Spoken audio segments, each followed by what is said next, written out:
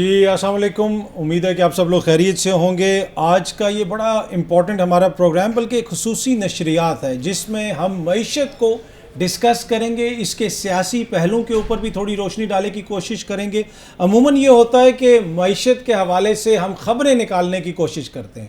آج جن مہمانوں کو ہم نے زحمت دی ہے، ہماری یہ کوشش ہوگی کہ کوئی حل نکالیں۔ اوبیسلی اتنے کم محدود وقت میں حل تو نہیں نکل سکتا، لیکن اس سمت میں کچھ قدم ہم اٹھا سکتے ہیں، ان سے کچھ ڈسکشن کر سکتے ہیں۔ آج بڑے امپورٹنٹ ہمارے مہمان انہوں نے ہمیں جوائن کیا ہے۔ میری ساتھی کولیگ زنیرہ بھی ہمارے ساتھ ہیں، اور پروگرام کے دوران ڈفرینٹ مہمان ہمیں جوائن کرتے رہیں گے، ڈفرینٹ موضوعات پہ ان سے ہم گفتگو کرتے رہیں گے۔ اس وقت ہمیں اسٹوڈیو میں جوائن کیا ہے لاہور اسٹوڈیو میں Lahore chamber of commerce and industry کے سینئر وائس پریزیڈنٹ ظفر محمود صاحب۔ سر بہت بہت شکریہ، تھینک یو سو مچ آپ کا جوائن کرنے کا۔ اس کے ساتھ ساتھ ڈاکٹر اشفاق طولہ صاحب بھی ہمیں جوائن کریں گے اس سیگمنٹ میں۔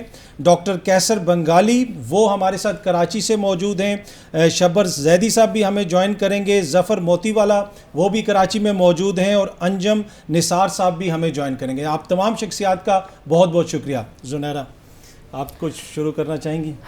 معیشت اتنا مشکل ہوئی ہوئی ہے اس وقت پاکستان کہاں سے سٹارٹ کریں، اصل میں تو یہ سمجھ نہیں آتا۔ کل ایک ورلڈ بینک کی رپورٹ بھی آئی ہے، اور مجھے یقین ہے کیونکہ ہمارے ساتھ سارے ایکسپرٹس موجود ہیں اور ان سب نے وہ پڑھی ہوگی۔ تو اسٹوڈیو میں ہمارے ساتھ ظفر محمود ہیں، انہی سے سٹارٹ لے لیتے ہیں۔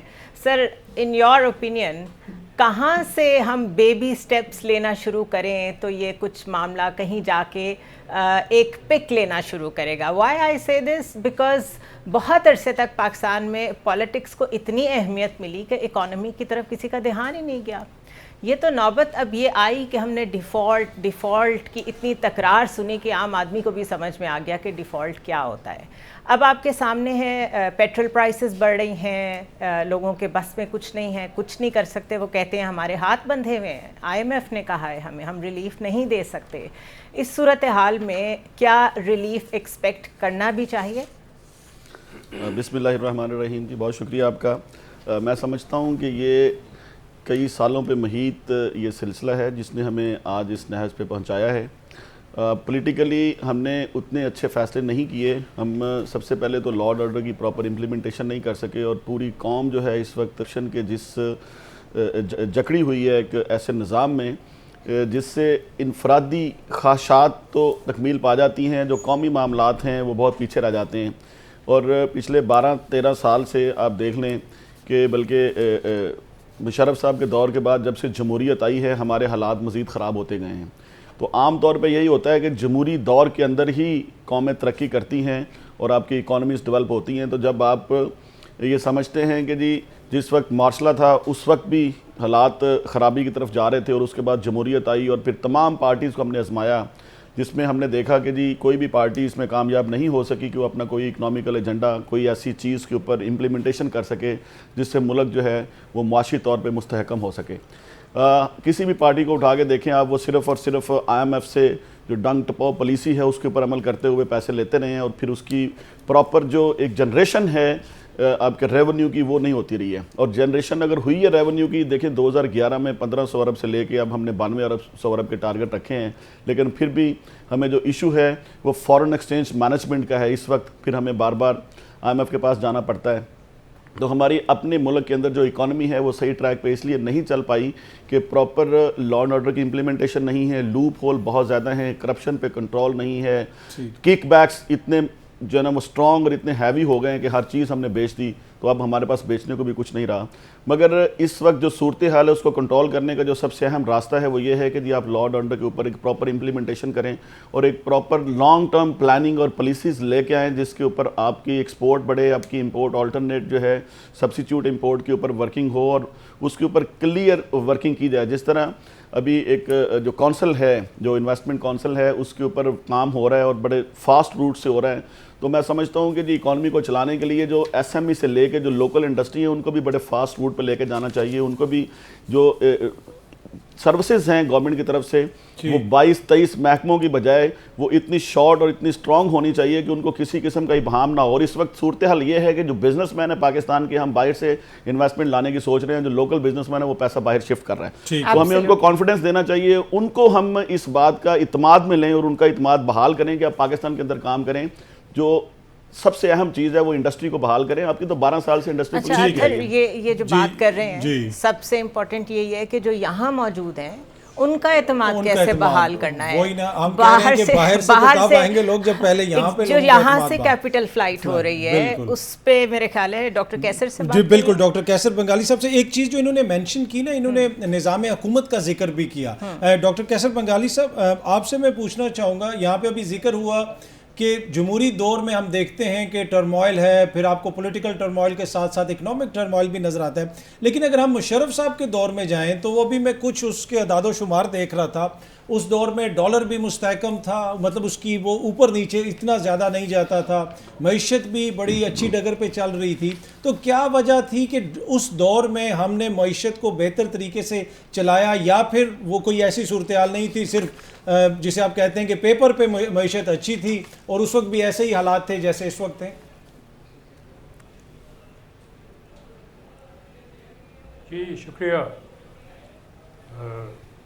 معیشت کا بحران تو کچھ 40 سال پہلے ہی شروع ہو گیا تھا, لیکن جو پچھلے 20-22 سال ہے وہ بہت واضح ڈکلائن ہے. اور جو اس وقت ہم صورتحال دیکھ رہے ہیں اس کے خطرے کی گھنٹی ہم 2001 سے بجا رہے ہیں. صرف زبانی نہیں, رپورٹس ہیں ڈیٹا بیسڈ. 2001 سے ہم وارن کر رہے تھے کہ یہ جتنی بھی پالیسیز اس وقت فالو کر رہے ہیں اس کے بہت خطرناک نتائج ہو گئے. تو یہ ہم اچانک یا سلیپ واکنگ کر کے ہم نہیں پہنچے یہاں. تو یہ ہونا ہی تھا. جس قسم کی پالیسیز جنرل مشرف کے دور سے اور شوکت عزیز کے دور سے چلائی گئی ہے. اچھا سر, کون سی اس میں ایسی پالیسیز, اگر آپ اس میں کوئی چیدہ نکات ہمیں بتا سکیں؟ دیکھیں باقی ساری لفاظی ہے. ٹھیک, دو گیپ سے جو بحران ہے, اور جو شروع میں انٹروڈکشن میں آپ نے کہا کہ حل نکالنا ہے ہم نے, تو حل بھی اس 2 گیپس کو حل کرنے سے ہے. یہ 2 گیپ آپ پہلے حل کریں, باقی چیزیں بعد میں کریں. پہلی بات تو یہ ہے کہ آپ کا بجٹ کا خسارہ ہے. ہر 100 روپے کے ریونیو پہ آپ 110-115 روپے خرچ کرتے ہیں. 125% ڈیفیسٹ ہے. ہر $100 کے ایکسپورٹ پہ $220 امپورٹ کرتے ہیں. 120% خسارہ ہے. اور یہ پچھلے 20 سال سے ہم چلا رہے قرضہ لے کے. اس کو حل کرنے کی ضرورت. 2003 میں ہمارے ہر $100 کے ایکسپورٹ پہ $125 امپورٹ ہوا کرتی تھی 2003 میں, یعنی 25% خسارہ تھا. آج 125% خسارہ ہے. اور یہ دونوں بڑے خسارے جو ہے یہ تحفہ ہے جنرل مشرف کے دور کا. ٹھیک, رائٹ. میں ظفر موتی والا صاحب سے, ظفر موتی والا, آپ نے بھی سنا ہے, یہاں پہ بھی ابھی گفتگو سنی, اور اوور آل جو اکانومی پہ ڈسکشن ہو رہی ہے اس میں قرضوں کا بار بار ذکر آتا ہے. اب کہا جاتا ہے کہ جب تک اتنا زیادہ قرضہ اس ملک کے اوپر ہے, آپ نے ڈالر میں پیمنٹس بھی کرنی ہے, ہمارے حالات تب تک بہتر نہیں ہوں گے جب تک ہماری ایکسپورٹس نہیں بڑھیں گی. لیکن پھر جب ایکسپورٹس بڑھانے لگتے ہیں ہمارا امپورٹ کا بل بھی زیادہ ہو جاتا ہے. تو کدھر کیا یہ کیش 22 سچویشن ہے, یا از دیر اے وے آؤٹ, کہ کس طریقے سے ہم ان کو مینیج کر سکتے ہیں؟ دیکھیے کیچ 22 سچویشن تو ہے, اور یہی کیچ 22 سچویشن مشرف کے ٹائم پر شروع ہوئی تھی. ہم لوگوں کو یاد ہے, ہم کیا بورڈ آف ڈائریکٹرز میں تھے اسٹاک ایکسچینج کے, تو ٹاپ 25 ایوارڈز ہوا, تو اس میں ہم مشرف صاحب آ گئے. انہوں نے سب ہوز ہو ان اکانومی کے لوگ بیٹھے ہوئے تھے, انڈسٹریلسٹ, سب بزنس مین, تو انہوں نے شروع کیا کہ بھائی we are in the middle of a death پٹ.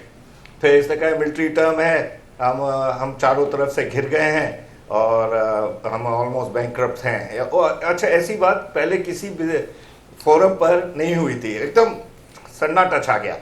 9/11 کے بعد ہمیں جو جنگ ملی اس کے اوپر بڑی ڈیبیٹ ہے کہ اس میں جانا چاہیے تھا کہ نہیں, پارٹ آف دا سلوشن بننا چاہیے تھا کہ پارٹ آف دا, اس نے تھوڑی اکانومی کو $6.5 بلین تو خالی امریکہ نے دیے پاکستان کو یہ ہینڈل کرنے کے لیے, تو اس سے تھوڑی پوزیشن صحیح ہوئی. خود ڈاکٹر صاحب لیفٹ آف سینٹر کے ہیں آئیڈیالوجسٹ, تو وہ بھی کہہ رہے ہیں کہ بھائی وہاں اس ٹائم $100 کا جب ایکسپورٹ ہوتا تھا تو $125 کا امپورٹ تھا, 25% تھا. 4 فگر آپ کو دیتا ہوں, 2 سے 2.5% کا انٹرسٹ ریٹ, 60 سے 61 روپے کا ڈالر, اور آپ جی ڈی پی پر جتنا کہیں کہ بھائی فیک تھی, 7-7.5 کی جی ڈی پی نظر آ رہی تھی, اسٹیل مل بھی چلنے لگی تھی. اور سیلف اسسمنٹ میں ٹیکس بھرنے کے لیے میں نے اپنی آنکھوں سے لوگوں کو لائن میں کھڑے ہوتے دیکھا ہے. یوسف عبداللہ صاحب ابھی پتہ نہیں کہاں ہوں گے, وہ تو اس پر ڈانس وانس بھی کر دیتے تھے. اب پتہ نہیں شبر بعد میں کر سکا ہے کہ نہیں ڈانس. تو وہ جو ہے سچویشن اتنی ہمارے لیے وہ جنگ جو تھی نا, وہ اس نے سسٹینیبلٹی دی. اچھا, پہلے 2-3 سال مشرف کے بڑے اچھے تھے, اگر آپ سب اس کے فگرز دیکھیں تو. فگرز کی خرابی آئی جب یہ ہمارے دوست جو لاہور سے ہیں, ظفر صاحب سیم نام گئے ہیں, انہوں نے کہا نا کہ اس کے بعد جو یہ ڈیموکریٹک کے لیے جو ڈیموکریٹک فورسز تھی, اس نے سب جو پوزیشنز تھی وہ انہوں نے چینج کرنا شروع کی. لیکن سب سے بڑا اکانومی کا جو سٹارٹ خرابی شروع ہوئی ہے وہ بے نظیر کے مرڈر سے شروع ہوئی ہے. اور یہ میں کہتا ہوں ہمیشہ ہر پروگراموں میں کہ وہ جو گولی تھی نا, وہ صرف بے نظیر کو شہید نہیں کیا, اس نے ٹوٹل اکانومی کو, ٹوٹل لا اینڈ آرڈر کو, ٹوٹل کیوس میں ملک چلا گیا. اور لوگوں کا یہ حال تھا کہ بزنسز وہ بند کر جانا شروع ہو گئے تھے کہ بھائی اب یہاں رہنے جیسا نہیں ہے. اب آپ دیکھیں کہ تھوڑی سی سختی کی ہے اور تھوڑا سا ذرا کیچ اپ کیا ہے یہ الیکٹریسٹی کے چوروں کو, یہ ذخیرہ اندوزوں کو, تو تھوڑی سی پوزیشن صحیح ہوئی ہے. لیکن اگر ایک ایریا میں آپ کرتے ہیں تو پھر دوسری طرف اور مہنگائی کر دیتے ہیں سبزیوں میں. ابھی مجھے کہیں سے آیا کہ ادرک اور لہسن اور ادرک 1000 روپے کلو, یعنی کیا واٹ از گوئنگ آن. کوئی جگہ پر آپ کو یہ نہیں پتا ہے, ہر ایریا میں ایک نئی اسٹاک ایکسچینج کھلی ہوئی ہے, ہر سپر مارکیٹ ایک میں نئی اسٹاک ایکسچینج کھلی ہوئی ہے, پرائسز کے اپ اینڈ ڈاؤن میں. اب یہاں کو یہ کیوس ہو گیا ہے. ابھی ڈالر کے آپ دیکھیں ریڈیں پڑی ہیں تو ڈالر تھوڑا سنبھلا ہے. تو اس کا مطلب ہے یہ سب چیزیں جو ہیں ان گیپ کو فل کرنے کے لیے سختی, ٹیکسیشن میں نان فائلرز کو آپ بینیفٹ دینا بند کریں. آپ کا یہ جو لاسٹ بجٹ تھا اس میں وہ پولیٹیکل بجٹ اسی لیے تھا کہ نان فائلرز کو ہر چیز دے دی گئی. ایگریکلچر کا 20% جی ڈی پی میں حصہ ہے, لیکن ان کا ٹیکس بھرنے کا 0.5% بھی نہیں ہے. ٹھیک ہے, ابھی شبر زیدی صاحب آئیں گے, کہیں گے کہ میں جو نا بہت کہتا تھا کہ ایگریکلچر پر ٹیکس لگاؤ. میں خود اس کا وٹنس ہوں کہ ہمارے بورڈ میں وہ بھی بیٹھتے تھے, وہ کہتے تھے ان سے وصول کون کرے گا. اب یہ سب سچویشن ہونے کے بعد آپ ایکسپیکٹ کرتے ہیں کہ بھئی آپ آئی ایم ایف کے بغیر چل دیں گے. 1948 میں ہم تو آئی ایم ایف کے پاس پہنچ گئے تھے. 6 لاکھ ابھی بھی گوگل پہ پڑی ہوئی ہے, لیاقت علی خان صاحب کو $6 لاکھ دیے گئے تھے. تو ہم تو اسی ٹائم سے اس طرف تھے. ظفر محمود صاحب, آپ کی طرف میں دوبارہ آؤں گی. جو گفتگو چل رہی ہے اس میں وہ سارے ایلیمنٹس تقریباً آ گئے ہیں جن کا ہم مستقل تکرار خبروں میں سنتے ہیں. انہوں نے کریک ڈاؤن کا ذکر کیا. کریک ڈاؤن کرنے سے ٹھیک ہے وقتی طور پہ بہت کچھ فرق محسوس ہو رہا ہے, بٹ کیا یہ مستقل حل ہے؟ دوسرا مجھے یہ بتائیے کہ کیا یہ کریک ڈاؤن پہلی سیاسی جماعتیں نہیں کر سکتی تھیں؟ ان کو نہیں پتا تھا بجلی چوری ہو رہی ہے, گندم کی ہورڈنگ ہو رہی ہے, شوگر کی ہورڈنگ ہو رہی ہے. This has been going on since ages. تو یہ کیا ہے کہ ایک نگران کیئر ٹیکر سیٹ اپ تو آ کے یہ سب کر رہا ہے اور اس کے کچھ ریزلٹس بھی, لیکن آف کورس یہ وقتی ریزلٹس ہوں گے. لیکن جب پولیٹیکل گورنمنٹس آتی ہیں تو پھر کیونکہ میرے خیال ہے ان کے اپنے سٹیکس ہوتے ہیں, وہ تو اس طرح کے کام نہیں کرتی. جی بالکل درست فرمایا آپ نے. یہ میں ایک کریکشن کرنا چاہتا ہوں, نگران سیٹ اپ تو شاید کچھ بھی نہیں کر رہا ابھی فی الحال, ابھی تو وہ سیٹل ڈاؤن بھی نہیں ہوئے ہیں. یہ تو معیشت کے لیے جو انویسٹمنٹ کونسل بنائی گئی ہے اس کی روشنی میں میرا خیال ہے کہ یہ چیف صاحب نے انیشیٹو لیے ہیں کہ جی یہ ڈالر کو سٹاپ کرنے کے لیے افغانستان کی سمگلنگ اور جو سٹاکسٹ ہیں ان کو لائن اپ کیا ہے اور پھر جو سمگلنگ کو روکا ہے. تو اس میں ان کا بہت بڑا ہاتھ ہے اور انہوں نے یہ ایک اچھا انیشیٹو لیا ہے میں سمجھتا ہوں. جس وجہ سے یہ اس وقت تھوڑا سا ڈالر بھی سٹاپ ہوا ہے اور سمگلنگ رکنے سے بھی چیزیں ہوئی ہیں. اب جو بارٹر سسٹم پچھلی گورنمنٹ نے کیا اس لیے کہ ہمارے پاس ڈالرز نہیں ہیں, تو ڈالرز کے لیے ایک پالیسی بنانی پڑے گی. ڈالرز لینے ہیں آپ نے تو اس میں 3 چیزیں میں سمجھتا ہوں بڑی اہم ہیں. سب سے پہلے جو اوورسیز پاکستانی ہیں 95 لاکھ پاکستانی ہیں, اس کے اوپر ایک پالیسی واضح بنانی چاہیے کہ وہ پیسہ جو گرے روٹ سے آ رہا ہے اس کو ایک ایسا چینلائز کرنا چاہیے کہ وہ پیسہ آئے, اور تقریباً 70 سے 80 بلین ڈالر وہ آ سکتا ہے ایک سال میں, جو اس وقت پچھلے سال 31 بلین تھا, اس سال وہ 27 بلین ہمیں ریسیو ہوا. پھر آپ ایکسپورٹ کے لیے 2 پالیسیز کی ضرورت ہے. ایک ایس ایم ای کو انوالو کریں, ایک ویلیو ایڈیشن کی پالیسی بنائیں کہ ویلیو ایڈیشن کر کے آپ ایکسپورٹ کریں تو اس کے اوپر آپ کر سکتے ہیں. پھر امپورٹ سبسٹیٹیوٹ کی کوئی پالیسی, کوئی پلاننگ نہیں ہے ہمارے پاس کہ جو ہم نے 21-22 میں 80 بلین کی امپورٹ کی اور پھر ہم نے پچھلے سال 57 بلین کی امپورٹ کی, اور جو ڈفرنس ہے اس سے ہماری انفلیشن بڑھ گئی, ہمارے پاس چیزیں کم ہو گئیں. تو اس گیپ کو فل کرنے کے لیے ہمیں پہلے جو ہے نا وہ سبسٹیٹیوٹ, امپورٹ سبسٹیٹیوٹ کے اوپر کام کرنے کی ضرورت ہے. بڑی واضح پالیسیز لے کے آئیں, کوئی ایسے انسینٹیوز دے کے آپ کیٹیگرائز کریں کہ یہ پروڈکٹس جو پاکستان میں بن سکتی ہیں اس کو فاسٹ فوڈ پہ ڈال کے تو گورنمنٹ ایک اسپیشل زون ایک کریٹ کرے, اور جو مافیاز ہیں ان کو کنٹرول کیا جائے. اس وقت پاکستان کے اندر جو لینڈ مافیا ہے, شوگر مافیا ہے, یہ جو جتنی کموڈیٹیز ہیں وہ اس کے اوپر, اور پھر پاکستان کے اندر اگر آپ نے انڈسٹری کو فلرش کرنا ہے تو اس کے لیے آپ کو جو کاسٹ آف ڈوئنگ بزنس ہے اس کے اوپر ایک بڑی جامع پالیسی بنانی پڑے گی. اب بجائے اس کے کہ گورنمنٹ ایک پازیٹیو پالیسی بنائے, پچھلے جو 5 سال تھے وہ ورس ترین تھے اس حوالے سے کہ جتنی انرجی کے کرائسس کا ہم رونا رو رہے تھے انڈسٹری کے لیے, انہوں نے آگے پھر وہ جو ہے نا وہ پرائیویٹ سیکٹر کو دی اور 13 سینٹ میں بجلی کے جو ہے نا وہ ایگریمنٹ کیے, اور آئی پی پیز کے ابھی آرڈر کرائے نا, جو آپ صرف 2000 میگا واٹ ان سے لے رہے ہیں اور 5000 میگا واٹ کی پیمنٹ کر رہے ہیں, تو وہ سارے کک بیکس اور وہ ساری چیزیں جو ہے نا وہ اس جتنی دیر تک آپ بے رحمانہ احتساب نہیں کریں گے اس آپ کی معیشت ٹھیک طرف نہیں جا سکتی. اگر آپ ایک صحیح اسٹریٹجی بنا لیں تو 200 بلین ڈالر کا ہمارے پاس 127 بلین ڈالر تو ہم نے شاید آئی ایم ایف دینا ہے, اور 200 بلین ڈالر کی ہمیں ضرورت ہے ہمارے, اور وہ ایک پلاننگ اور پالیسی سے ہی بن سکتا ہے, صرف باتوں سے نہیں بن سکتی ہے. اس کے لیے اوورسیز پاکستانی کو جو پیسہ آتا ہے اس کو پراپر رسپیکٹ کے ساتھ ان کو انسینٹیو دیں اور ایک پالیسی بنا دیں جس کی وجہ سے وہ پیسہ یہاں پہ پراپر طریقے سے آ سکے. دوسری جو سورس ہے وہ ایکسپورٹ کا ہے.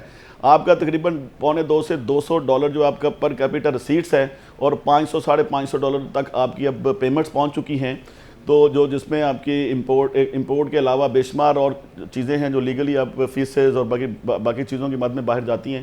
تو اس گیپ کو جو فارن ایکسچینج مینجمنٹ ہے, اگر ہم نے یہ جو انارکی پھیلی ہوئی ہے اس کو کنٹرول کرنا ہے تو ہمیں فارن ایکسچینج مینجمنٹ کرنی پڑے گی, اور اس کے لیے سب سے اہم یہ 2-3 چیزیں ہیں, اور تو کوئی تیسرا سورس نہیں ہے ہمیں فارن ایکسچینج کو کنٹرول کرنے کے لیے. تو اس کے لیے بڑی جامع اور بڑی مثبت پالیسیز بنانے کی ضرورت ہے تاکہ یہ جو مافیاز ہیں ان کو بھی کنٹرول کرنے کی ضرورت ہے. اور پھر ایک چیز سب سے اہم ہے, گورنمنٹ کو چاہیے کہ کسی ایک سیکٹر کو کسی قسم کا انسینٹیو یا ایسا نہ دے کہ باقی سیکٹر بیٹھ جائیں. ایکول ایک سرکولیشن میں ایکول جو ہے نا وہ رسپانس آنا چاہیے, سب کو جو ہے نا وہ برابر ریڈیوس کریں یا جس طرح بھی کریں. یہ بڑا امپورٹنٹ پوائنٹ ہے کہ سب کو برابر جو ہے ڈیل کرنا چاہیے. میرے خیال میں اشفاق طولہ صاحب بھی ہمارے ساتھ ہیں, اگر آپ ان سے. Exactly, thank you so much for joining us. اور گفتگو آپ سن ہی رہے ہوں گے, شامل گفتگو آپ ہیں, مستقل سن رہے ہیں.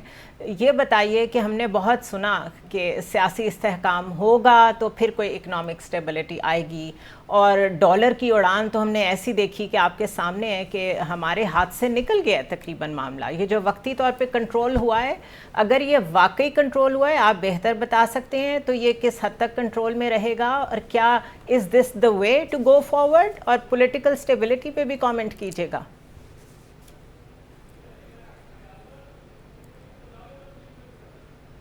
دیکھیں ایکچولی تو بات آپ کی درست ہے, بٹ ایک تھوڑے عرصے کے لیے ڈالر کی اونچی اڑان اشفاق طولہ صاحب کی آواز ہمیں ذرا اسٹوڈیو میں نہیں آ رہی, ذرا آواز کھولیے گا. ایک اچانک سے 286 سے ہمارا یہ ڈالر 276 روپے پہ آ گیا تھا, اور اس کے بعد ظاہری بات ہے وہ سسٹینیبل نہیں تھا, بیکاز کہ ہم نے جو آئی ایم ایف سے ایگریمنٹ کیا تھا اس میں 2 بڑی کنڈیشنالٹیز تھیں. ایک یہ تھا کہ ہماری جو مارکیٹ ریٹ کا, اوپن مارکیٹ ریٹ کا جو ڈفرینس ہوگا انٹر بینک سے وہ 1.25% کا ہوگا, اور دوسرا ہم نے امپورٹ کھول دی تھی, تو اس کی وجہ سے ڈالر 305-6 پہ پہنچ گیا تھا انٹر بینک میں, اور اوپن مارکیٹ میں لوگ کہتے ہیں ویسے 340 تک بھی پہنچا. مگر بعد میں آپ نے دیکھا ہوگا کہ یہ میرا خیال ہے اب کم ہوا ہے, جب اس پہ ایکشن کیا گیا, اسمگلنگ کو روکا گیا, تو آپ نے دیکھا ہوگا کہ یہ بالکل نیچے آ گیا, اور اب 291 روپے 80 پیسے پہ یا 77 پیسے پہ یہ ٹریڈ کر رہا ہے. اور اسی کے ریجن میں ہی آپ کا انٹر بینک کے ساتھ بھی ہے. جہاں تک اسٹاک ایکسچینج کی بات کہی, اسٹاک ایکسچینج 49,000 پوائنٹ پہ گئی تھی اور بالکل ایک کانفیڈنس آ گیا تھا لوگوں کا. اس کی وجہ یہ تھی کہ اس میں کچھ سرکولر ڈیٹ کی کلیئرنس ہم چاہ رہے تھے through settlement of dividend mechanism, مگر وہ اس وقت تو ہو نہیں پائی, اور اس کی وجہ سے تھوڑا سا, اور انٹرسٹ ریٹ کے بڑھنے کی وجہ سے اور ان کی خبروں کی وجہ سے اسٹاک مارکیٹ پہ پریشر آیا. جب پریشر آیا تو stock market went as down as 45,500. اب پھر میرا خیال ہے 46,000 پلس پہ آ گئی ہے جیسے اس ویکینڈ پہ. تو میں سمجھ رہا ہوں, دیکھیں اب اگر سیاسی استحکام آئے گا, ظاہری بات ہے ابھی تو یہ ایکشن اورینٹڈ ہے, پالیسی اورینٹڈ نہیں, تو پالیسی جب آئیں گی تو انشاءاللہ یہ سارے معاملات ٹھیک ہو جائیں گے. اچھا کیسر بنگالی صاحب, ابھی جو ہم نے گفتگو سنی اس میں آبویسلی مختلف قسم کے مسائل ہیں, اتنی ہمارے وائڈ جسے آپ کہہ سکتے ہیں مسائل ہیں کہ کسی ایک چیز کی طرف ہم پن پوائنٹ نہیں کر سکتے. لیکن جب بھی مسائل کا ذکر آتا ہے, اکانومی کے بری حالت کا ذکر آتا ہے, تو کچھ ایسے قومی ادارے ہیں وہ ایک دم سے سرخیوں میں آ جاتے ہیں. میڈیا بھی ان کو رپورٹ کرتا ہے کہ یہ پی آئی اے کی یہ حالت ہے, اسٹیل مل کی یہ حالت ہے, وہ ادارہ اتنے خسارے میں ہے. تو یہ جو ہمارے قومی ادارے ہیں جن کے حوالے سے یہ تاثر پایا جاتا ہے کہ اگر ہم نے ان کو بیچا تو شاید ہم کوئی اپنی قومی غیرت کا سودا کر رہے ہوں گے, تو یہ کیا یہ قومی ہمارے ادارے ہیں یا یہ ہمارا قومی بوجھ ہے؟ ان سے ہم نے کس طریقے سے نمٹنا ہے؟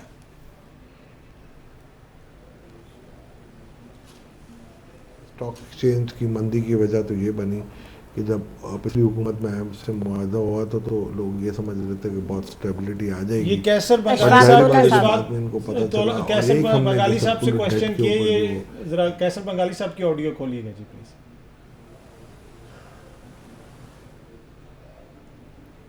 جی کیسر صاحب کی آڈیو ہمیں ذرا اسٹوڈیو میں نہیں آ رہی, ذرا آڈیو کھولیے گا. سوال سن پائے ہیں وہ ہمارا؟ جی ڈاکٹر صاحب سوال میں نے سن لیا ہے. جی پلیز گو ایڈ ڈاکٹر صاحب.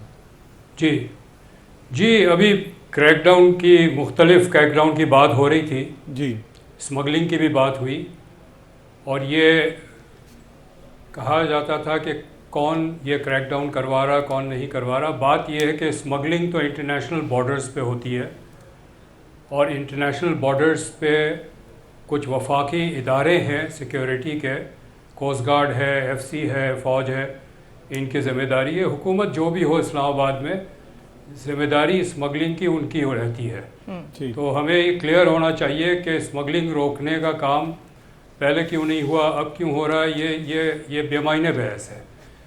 آپ نے مختلف ادارے پی آئی اے وغیرہ کی بات کی, تو میں یاد دلاتا چلوں کہ 1992 میں 90 کے قریب انڈسٹریز پرائیویٹائز ہوئی.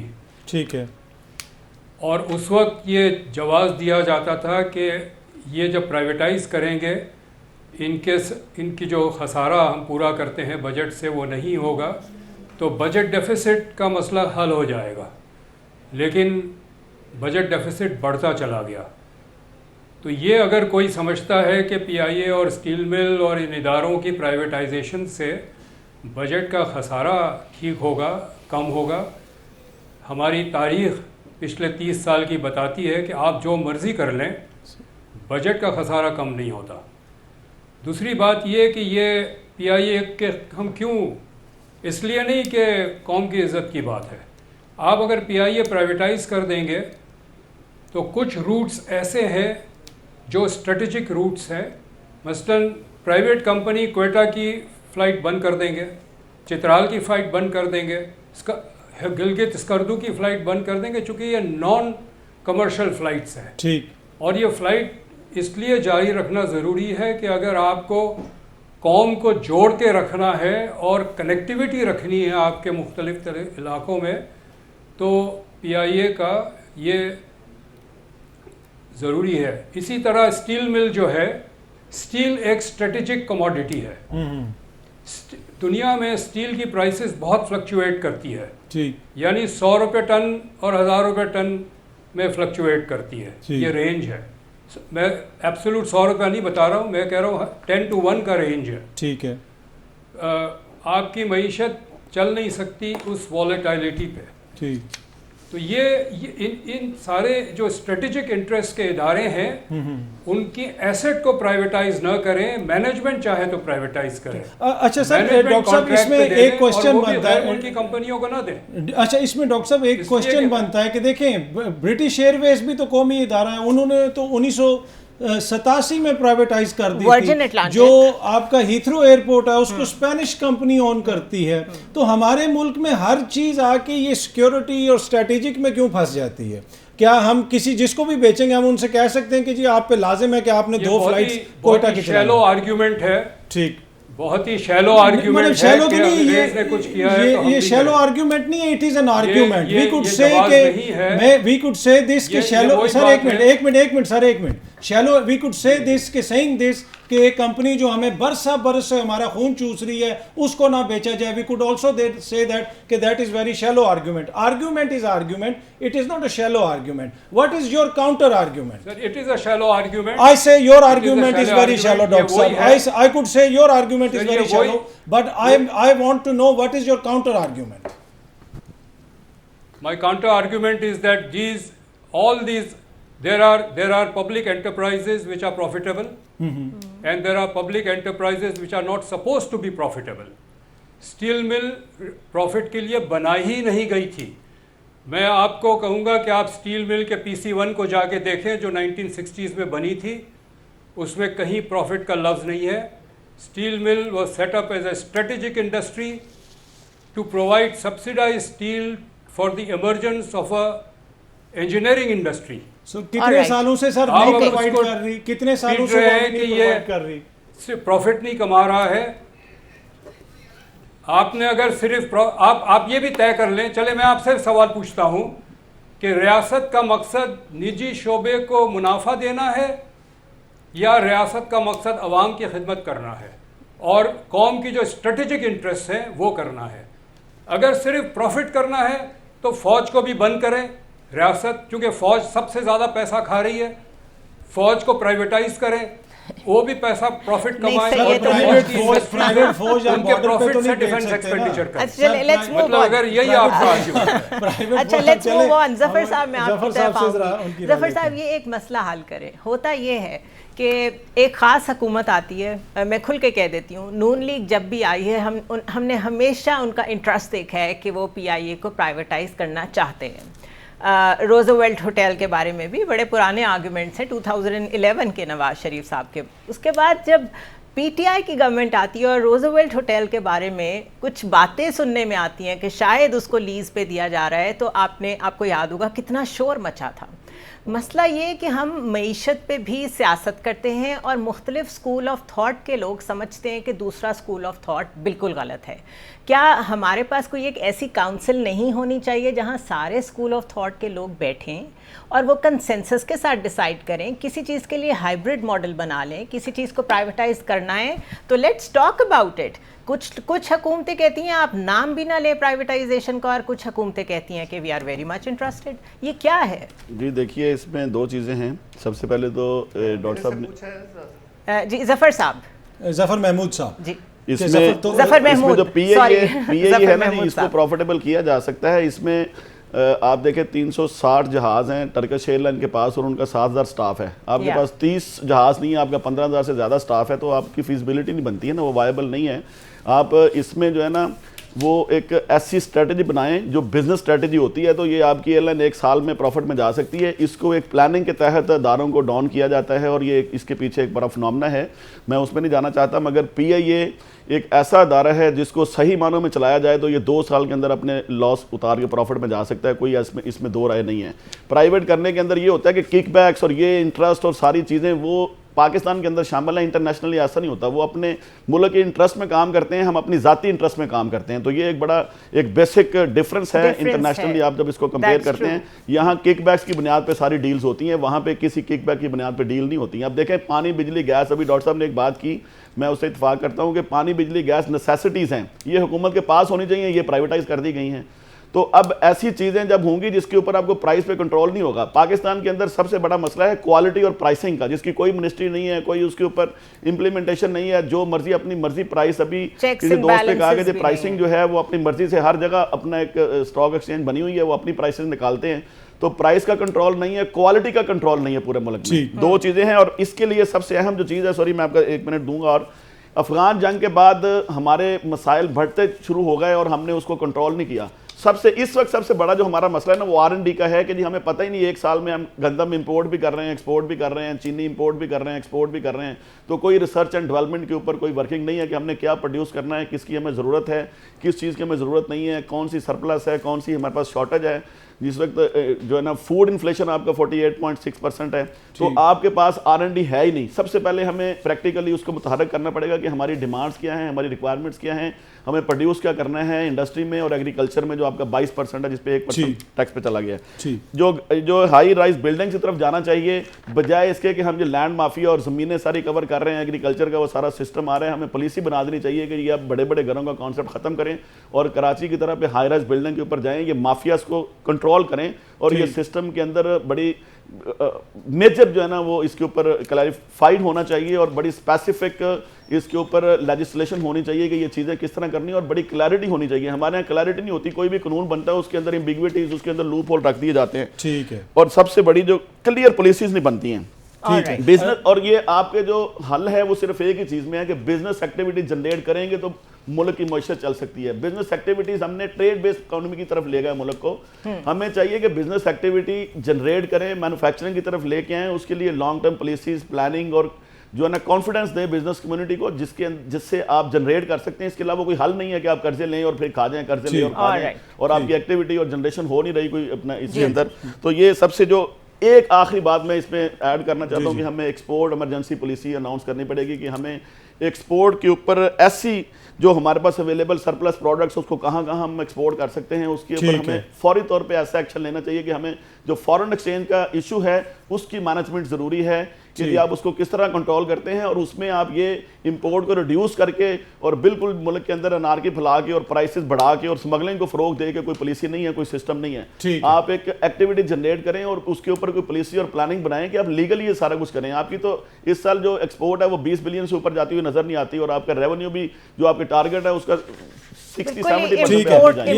یہ بڑا امپورٹنٹ. اچھا ظفر موتی والا صاحب, یہ انہوں نے بڑی ایک امپورٹنٹ بات کی, ہم نے اپنی ایکسپورٹس کو بڑھانا ہے. کیوں بڑھانا ہے؟ کیونکہ ہمیں ڈالر کی ضرورت ہے. جب بھی ڈالر کا ذکر آتا ہے ساتھ ہی IMF کا ذکر اخبارات میں, میڈیا میں, ہر جگہ پہ آپ کو نظر آئے گا. تو IMF جو ہے کیا وہ ہمارے مسائل کی جڑ ہے؟ اس لیے کہ سیاستدان یہ تاثر دیتے ہیں کہ کیوں بھائی, اس لیے کہ ہم چلے گئے IMF کے پاس, لہٰذا اب ہم آپ کو کوئی ریلیف نہیں دے سکتے. تو کیا ہماری معیشت کا دشمن IMF ہے, یا پھر ہماری اپنی پالیسیز ہیں جن کی وجہ سے پھر ہمیں ان کے پاس جانا پڑتا ہے؟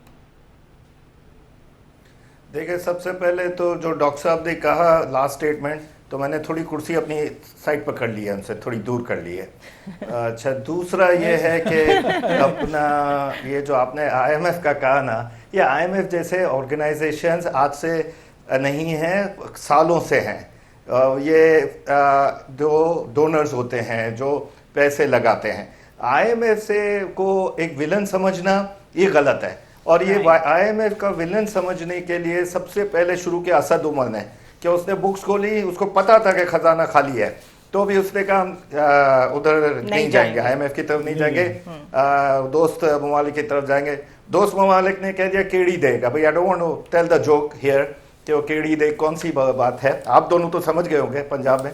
اچھا, تو وہ جو ہے اپنا یہ IMF سے جو ہینڈلنگ تھی نا وہ بہت بری تھی. اب جو پری بجٹ ہمارے پاس ہم ہر چینل پر جا رہے تھے, تو پوری جو بزنس پینل بیٹھا ہوتا تھا وہ یہی کہتا تھا کہ دا اونلی وے ہم کو IMF سے اگر ہم نے سیٹل ڈاؤن کر دیا تو پیچھے دوسرے ڈونر کنٹریز, ڈونر آرگنائزیشن وہ سب آ جائیں گی. لیکن اس میں بھی آپ دیکھیں, خود اپنا کاکڑ صاحب نے کہا ہے کہ بھائی یہ ڈار صاحب تو سلطان رہی بنے تھے, اور وہ جو IMF کی لیڈی تھی وہ سمجھ رہے تھے وہ گانا چھڈ میری ویڑی نہ مڑو گائے گی. اس نے ایسا سخت کانٹریکٹ کیا ہے, ایسا سخت کانٹریکٹ کیا ہے, کیونکہ اس کو اب IMF کو آپ پر بھی بھروسہ نہیں رہا ہے.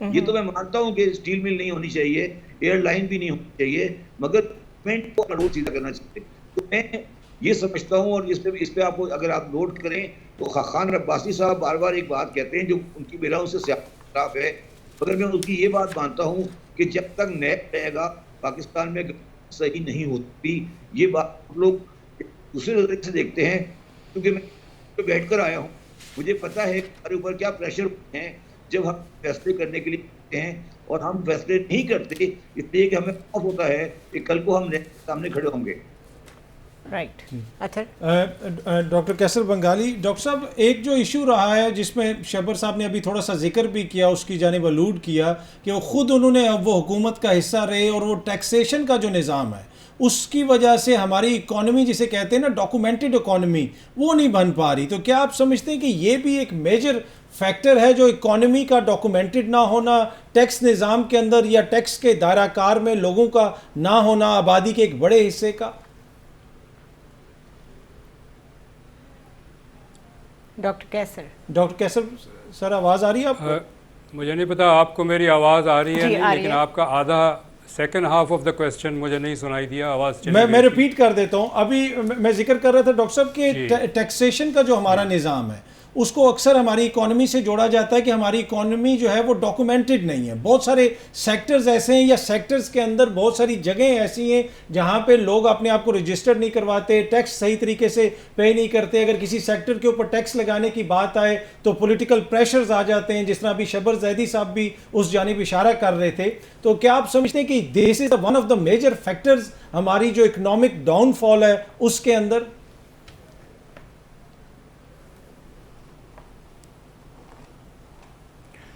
جی یہ تو صحیح ہے کہ ہماری بہت ساری اکانومی کا حصہ جو ہے ڈاکیومنٹڈ نہیں ہے, لیکن یہ میں سمجھتا ہوں کہ ہماری بحران کی وجہ نہیں ہے, چونکہ پچھلے 75 سال سے یہ مسئلہ ہے, اور یہ بحران جو ہے وہ ابھی تو پچھلے 20 سال سے ہم دیکھ رہے ہیں. میرا ویو یہ ہے کہ ٹیکسیشن ہمارا اس وقت مسئلہ ہی نہیں ہے. اس کی انڈائریکٹ ٹیکسز جنریٹ کرنے کی گنجائش نہیں ہے. معیشت بہت کمزور ہے, آپ جتنی زیادہ انڈائریکٹ ٹیکس کلیکٹ کرنے کی کوشش کریں گے اتنے بزنسز بند ہو جائیں گے, کارخانے بند ہو جائیں گے, اور ہمارے سامنے ہوتے رہے. میں اس وقت 20 ایسے کارخانے اور بزنسز کے نام لے سکتا ہوں جو پچھلے 2-3 سال میں بند ہو گئے. تو there is no capacity for more indirect tax generation. Direct tax generation کی بڑی باتیں ہوتی ہیں کہ جی امیر لوگ پیسے نہیں دیتے, دیکھیں امیر زمیندار پیسے نہیں دیتے. میں نے اس کی کافی ڈیٹیل میں انویسٹیگیشن کی ہے, نمبرز کی. بہت کم لوگ ہیں جو ہمارے یہاں امیر ہے. ہمیں نظر آتا ہے اس لیے کہ ہمارے امیر جو ہے ان کو اپنے پیسے دکھانے کی اور خرچ کرنے کا بڑا شوق ہے. تو بڑی بڑی گاڑیاں ہیں اور چھٹیوں پہ جاتے ہیں, مالز میں جاتے ہیں, چیزیں خریدتے ہیں. But the numbers of the rich in this country is very small. The number of rich farmers are very small. اچھا, انکم ٹیکس کا نظام یہ ہے کہ آپ ایک سرٹن لمٹ کے نیچے تو آپ ان کو ٹیکس میں لانا نہیں چاہتے, یا ٹیکس میں ہے تو ایگزیمپٹڈ ہے سرٹن انکم. 80% 85% فارمرز جو ہیں آپ کے تھریش ہولڈ کے نیچے ہے, وہ تو آپ کے ٹیکس میں ویسے ہی نہیں آئیں گے چونکہ آپ نے ایگزیمپشن دی ہوئی ہے.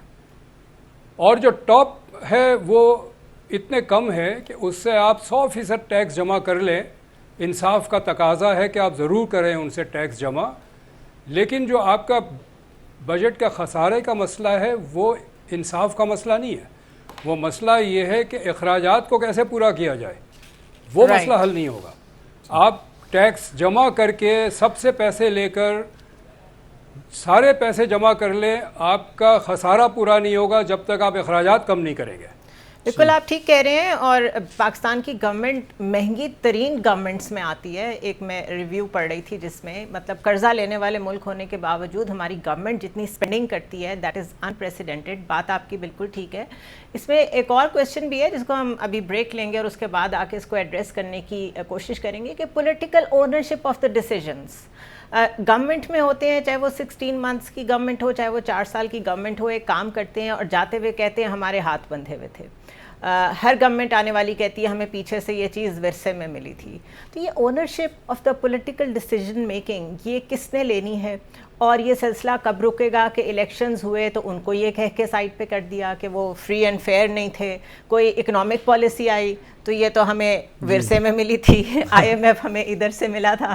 تو یہ بھی ہم کنٹینیو کریں گے نیکسٹ سیگمنٹ میں. اور جتنے گیسٹ ہمیں جوائن کر رہے تھے اس سیگمنٹ میں, ظفر محمود صاحب, ظفر موتی والا, شبر زیدی صاحب, اشفاق تولا, ڈاکٹر کیسر بنگالی, آپ سب کا بہت شکریہ. Let's take a short break.